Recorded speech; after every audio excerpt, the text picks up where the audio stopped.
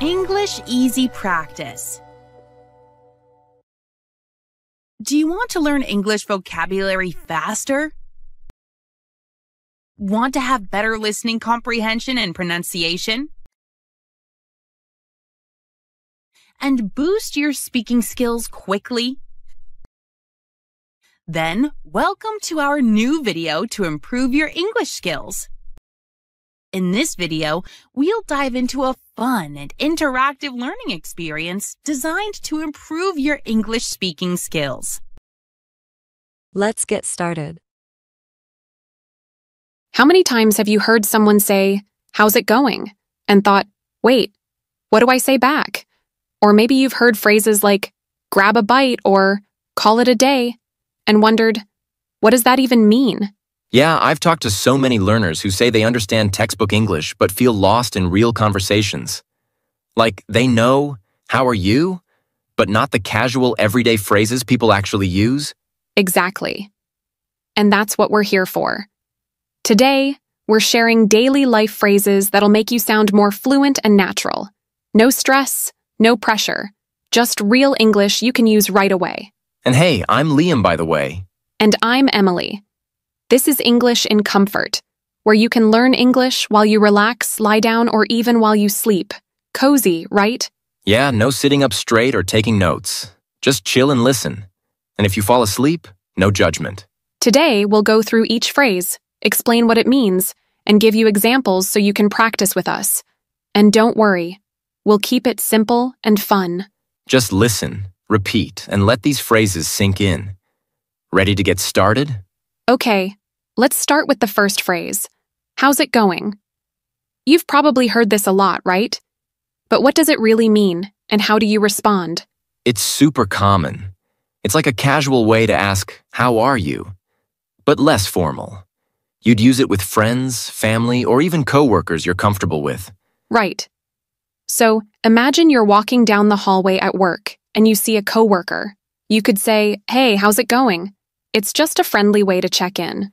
And if someone asks you that, you could say something like, "It's going well, thanks," or "Pretty good, just a bit busy." It really depends on the situation. Let's try it. Liam, how's it going? Not bad, just thinking about lunch. You? Same, I'm starving. Let's head to the next phrase. I'm just chilling. I love this one. It means you're relaxing, taking it easy. Maybe you're watching a movie, reading a book, or just enjoying some quiet time. So, if someone asks what you're doing on a Sunday afternoon, you could say, "I'm just chilling at home." It's a simple way to say you're not doing anything too busy or stressful. Yeah, it's like the opposite of "I'm running around like crazy." Just chilling. Example. "Hey, Emily, what are you up to this weekend?" Not much. Just chilling. Maybe watch a movie or read. You? Same. Probably binge watching something. All right. Next phrase is grab a bite. This one's great for when you're hungry but don't have time for a full meal. Like if you're at work and it's lunchtime, but you only have 20 minutes. Yeah, you could say to a coworker, "Hey, want to grab a bite at the cafe downstairs?" Or if you're out running errands and need a quick snack, you might say, "I'm going to grab a bite before I head home." Example. "Hey, Emily, I'm starving. Want to grab a bite?" Sure, but not pizza again. Fine, fine. Salad it is. Let's move on to the next phrase. Call it a day. This phrase is great for when you're ready to stop working or finish an activity. Like if you've been working on a project for hours and you're tired, you might say, "I think I'm going to call it a day." It doesn't have to be just for work, though. If you've been cleaning your house all afternoon and you're exhausted, you could say, "I'm calling it a day." It's a way to say you're done for now. Example. "Hey, Emily, it's 5 p.m. Should we call it a day?" Yeah, let's. I'm wiped. But before we do, let's talk about the next phrase. Take a break. It means to pause what you're doing and rest for a bit. Like if you've been studying for hours, you might say, "I need to take a break." Or if you're at work and feeling overwhelmed, you could tell a coworker, "I'm going to take a quick break." Example. "Hey, Emily, I've been editing this video for 3 hours straight. Mind if I take a break?" Go ahead. Just don't take 3 hours. Deal.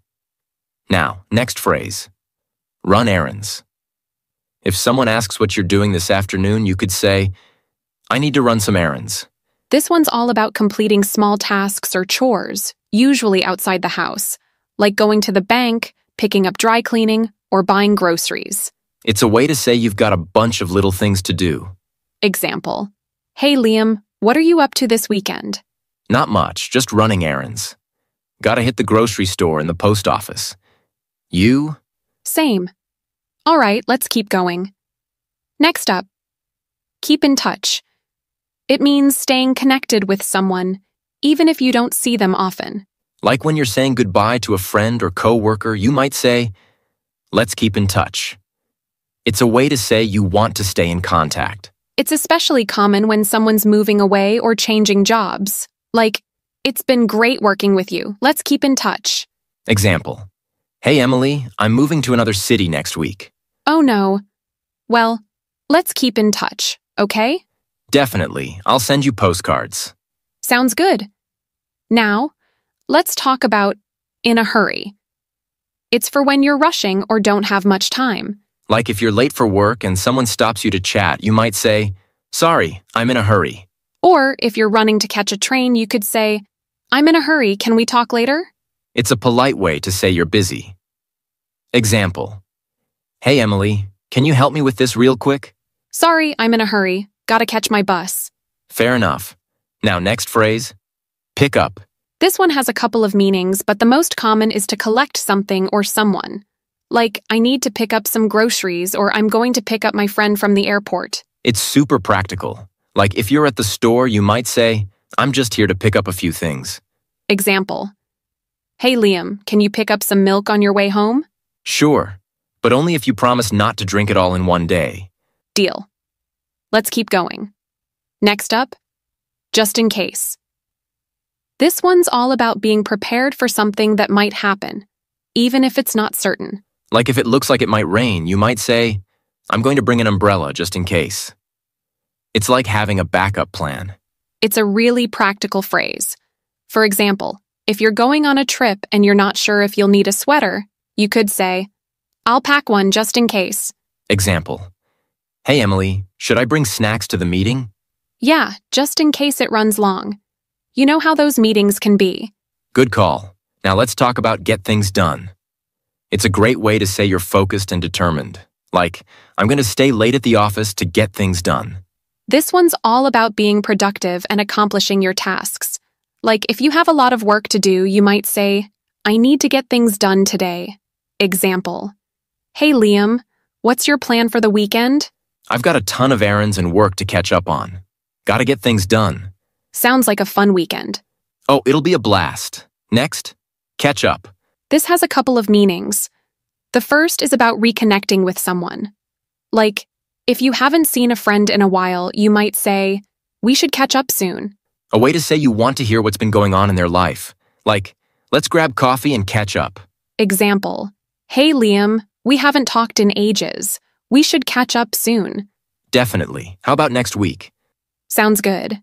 The other meaning of catch up is about getting back on track with something you've fallen behind on. Like, if you've been sick and missed a lot of work, you might say, I need to catch up on my emails. Or if you've been too busy to watch your favorite show, you could say, I need to catch up on the latest episodes. Example, Hey Emily, have you caught up on that new series yet? Not yet. Too busy getting things done. Priorities, Emily. Priorities. Now we have out of order. This one's pretty straightforward. It means something isn't working or is broken. Like if you're at a cafe and the coffee machine isn't working, there might be a sign that says, out of order. It's a way to say something's unavailable or broken. It's not just for machines, though. If a service or system isn't working, you could say, the elevator's out of order, or the website's out of order. Example, Hey Emily, the printer's out of order again. Of course it is. Why wouldn't it be? Now let's talk about on the go. Meaning being busy and constantly moving. Like, if you're always running from one place to another, you might say, I'm always on the go. A great way to describe a fast-paced lifestyle. Like, I've been on the go all week, meetings, errands, you name it. Example, Hey, Liam, how's your week been? Crazy. I've been on the go non-stop. Barely had time to eat. Sounds like you need to settle down. Which brings us to our next phrase. Make the most of. It means taking full advantage of a situation or opportunity. Like, if you're on vacation, you might say, I'm going to make the most of my time here. It's a way to say you're determined to enjoy or appreciate something fully. Like, I'm going to make the most of this weekend and relax. Example. Hey, Emily, the weather's nice today. Let's make the most of it and go for a walk.